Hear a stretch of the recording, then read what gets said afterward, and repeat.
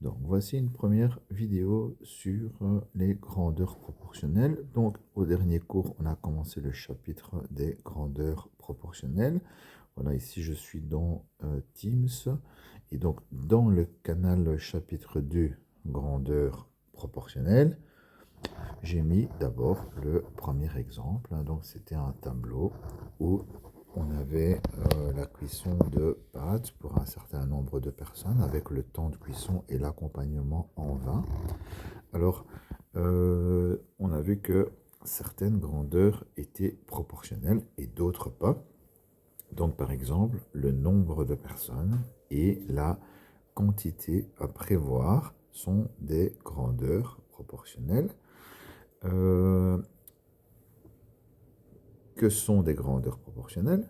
Bien, on prend l'exemple ici, donc le nombre de personnes, j'ai 3 personnes qui mangent 450 grammes.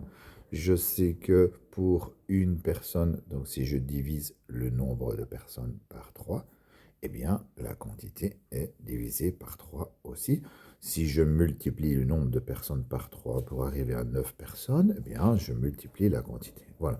Deux grandeurs proportionnelles, ce sont des grandeurs qui, lorsque une est multipliée, l'autre est automatiquement multiplié par le même nombre. Et donc, voilà, le nombre de personnes et la quantité. Et attention, j'insiste, parce que je vais insister sur le nom des grandeurs.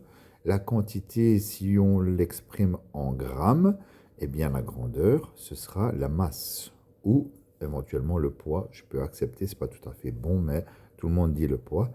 Voilà, mais il faudra connaître aussi le nom des grandeurs. On en reparlera après. Et donc, il faut bien faire la différence entre des grandeurs proportionnelles et des grandeurs qui ne le sont pas.